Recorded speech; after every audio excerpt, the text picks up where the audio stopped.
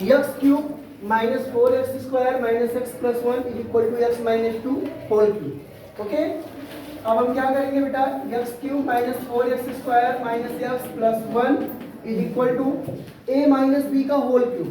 हमें formula use करेंगे यहाँ, a cube minus B cube means 2 का cube minus 3ab 3 into x into 2 in the bracket x minus 2। Any problem?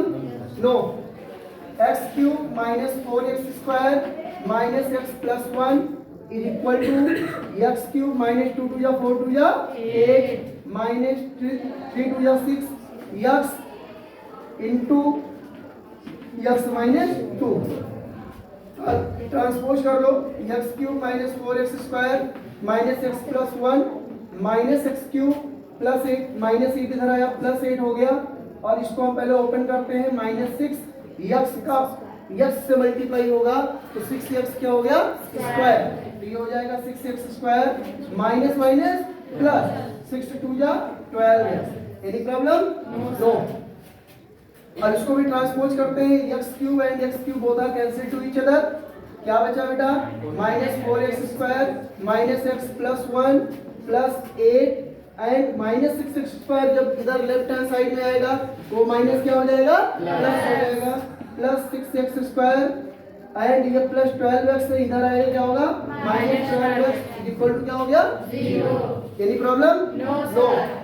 Minus 4x square plus 6x square, 6 बड़ा है minus 4 छोटा है, तो 6 से 4 माइनस होगा कितना आ जाएगा, here is a minus x और यहाँ पे माइनस 12x है, तो both are in the minus, तो दोनों जब माइनस में तो जुड़ जाता है, तो माइनस x और माइनस 12x मिलके माइनस 13x, और ये बेटा हो गया 8 और 1 9 बराबर क्या हो गया 0। अब आप ये देखेंगे कि इस क्वेश्चन में जो मैक्सिमम पावर है वो कितनी है 2 है, तो जब ये 2 है तो इसको हम क्या बोलेंगे क्वाड्रेटिक इक्वेशन, यानी देयरफॉर यह एक द्विघात समीकरण है, यह एक द्विघात समीकरण है। Any problem? नोटेड। एक आयताकार भूखंड का क्षेत्रफल 528 मीटर स्क्वायर है, क्षेत्र की लंबाई चौड़ाई के दुगने से एक अधिक है, हमें भूखंड की लंबाई और चौड़ाई ज्ञात करनी है। तो फर्स्ट ऑफ ऑल मैंने क्या माना आयताकार भूखंड की लंबाई बराबर x मीटर और आयताकार भूखंड की चौड़ाई बराबर y मीटर। हम दोनों को जरूर मानेंगे, सबसे पहले ये दो चीजें मानने के बाद फिर आगे अकॉर्डिंग टू कंडीशन प्रश्नानुसार आपको क्या मिलेगा। पहले वो कह रहा है जो इसका क्षेत्रफल है वो 528 मीटर स्क्वायर है, तो आपको पता है सिंस आयत का क्षेत्रफल क्या होता है लंबाई गुणे चौड़ाई, लंबाई गुणे चौड़ाई, तो आयत का क्षेत्रफल आपको दिया है बेटा 528 मीटर स्क्वायर और लंबाई कितनी है x है और चौड़ाई कितनी है y।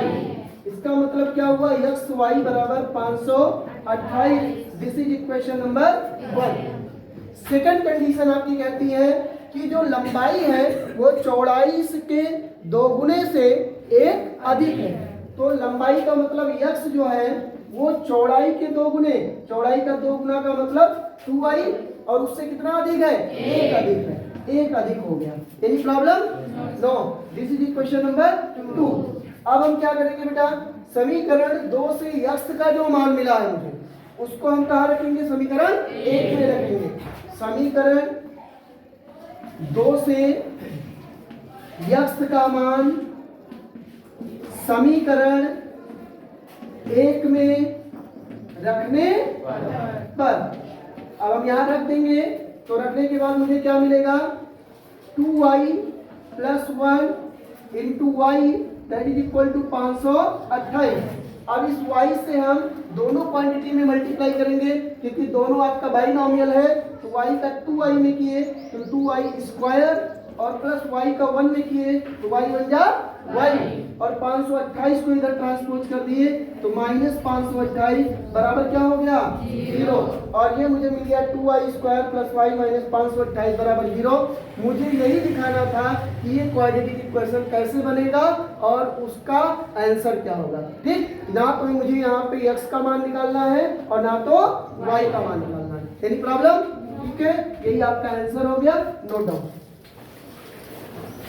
का सेकेंड पार्ट है, दो क्रमागत धनात्मक पूर्णांकों का गुणनफल 306 है, हमें पूर्णांकों को ज्ञात करना है।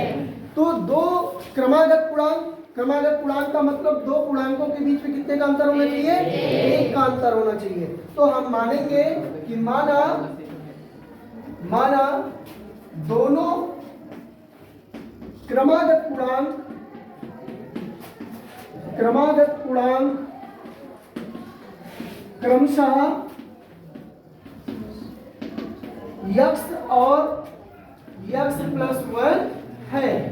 अगर बेटा यहां पर कभी सम पूछता, सम क्रमागत सम पूर्णांक, तो आप एक को यक्स मानते, दूसरे को यक्स प्लस 2 नहीं लेते, फिर यक्स प्लस 3 लेते हैं। पहली चीज तो वैसे भी नहीं मानेंगे, आप लेंगे 2x पहला मानेंगे और दूसरा मानेंगे 2x प्लस 2, ठीक है। तो वो इस तरीके से आप x और x प्लस 1 तब मानेंगे जब क्रमागत दिया होगा, सम विषम की बात नहीं है, ठीक। तो अभी जैसे यहाँ पर हम वैल्यू पुट करें, यहाँ पर क्रमागत पूर्णांक में 1 रख दें तो दूसरा क्या मिलेगा? 2 मिल जाएगा, 2 रखेंगे क्या मिल जाएगा? 3 मिल जाएगा, ओके। अब ये कह रहा है दोनों क्रमागत पूर्णांकों का जो गुणनफल है वो 306 है। तो यहाँ हमको अकॉर्डिंग टू क्वेश्चन दोनों क्रमागत पूर्णांक का गुणनफल x and x plus 1 into किया, कितना बेटा? 306। Any problem? मल्टीप्लाई कर दो, x और x को मल्टीप्लाई करेंगे क्या आया? x स्क्वायर, x को 1 से मल्टीप्लाई किया प्लस x, और ये इक्वल टू क्या हो गया? 306। इंप्लाइज दैट 306 को ट्रांसपोज कीजिए लेफ्ट हैंड साइड में, x square plus x minus 306 बराबर क्या हो गया? 0। ये वैल्यू क्या आ गई? ये आपका क्वाड्रेटिक इक्वेशन आ गया। तो हम बोलेंगे कि देयरफॉर यह द्विघात समीकरण है, और यही आपका क्या हो जाएगा? यही आपका आंसर। ओके, आपको ना x की वैल्यू फाइंड करना है ना दूसरे x प्लस 1 की वैल्यू फाइंड करना है। Okay, note down. नंबर 2 का फोर्थ पार्ट है, एक रेलगाड़ी 480 किलोमीटर की दूरी समान चाल से तय करती है। यदि इसकी चाल 8 किलोमीटर प्रति घंटे कम होती तो वह उसी दूरी को तय करने में 3 घंटे अधिक लेती। हमें रेलगाड़ी की चाल ज्ञात करनी है। तो फर्स्ट ऑफ ऑल हम करेंगे क्या बेटा? माना रेलगाड़ी की चाल बराबर x किलोमीटर प्रति घंटा।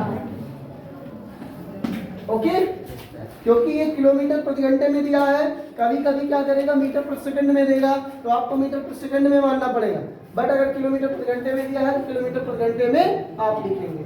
अब देखो ये लिख रहा है एक रेलगाड़ी 480 किलोमीटर की दूरी समान चाल से तय करती है। तो अब देखो इसको 480 किलोमीटर चलने में लगा समय बराबर दूरी बटे चाल,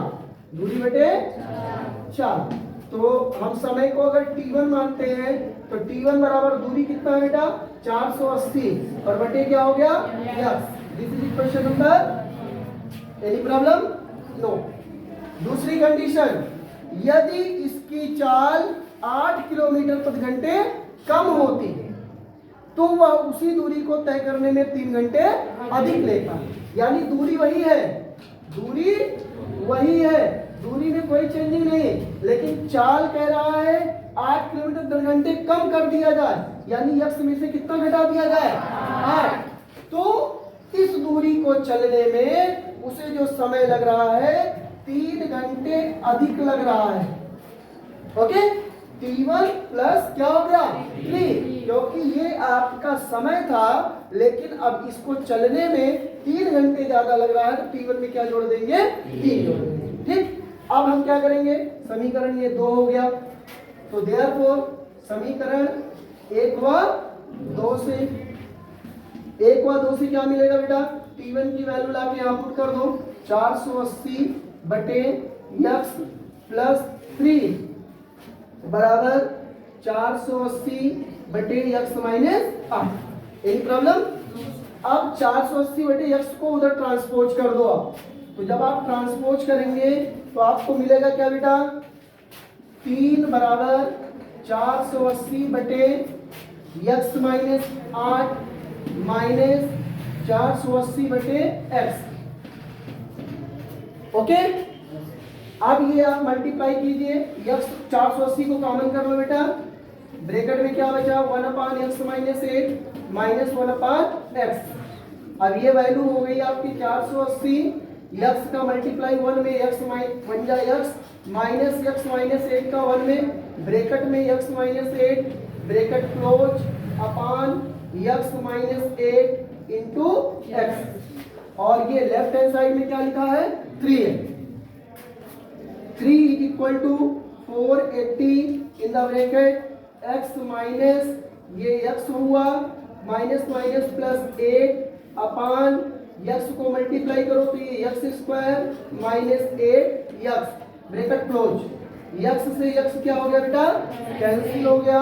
अब आपके पास क्या बचा, ये 8 है, 3 से इसको कैंसिल कर दो, 3 बन जा 3, 3 बन जा 3, 3 6 जाए 3 0, यानी 16 या 48। आप हमेशा ध्यान रखना अंश को अंश से काटा जा सकता है अगर बराबर के दोनों तरफ वो संख्याएं दी गई है। ठीक, तो अब हम क्या करेंगे बेटा, ये एक्स स्क्वायर माइनस 8x को इधर ट्रांसपोज कर लो, तो ये आपको मिल गया एक्स स्क्वायर माइनस 8x बराबर 160 गुणे 8, 160 गुणे 8, और ये हो गया आपका x square minus 8x minus 16 128 यानी 1280 बराबर 0। यही आपका क्वाड्रेटिक इक्वेशन है, इसी को मुझे क्या करना था फाइंड करना था। अब इसको आप नोट कर लेंगे, यही आपका क्या हो जाएगा आंसर। Note down.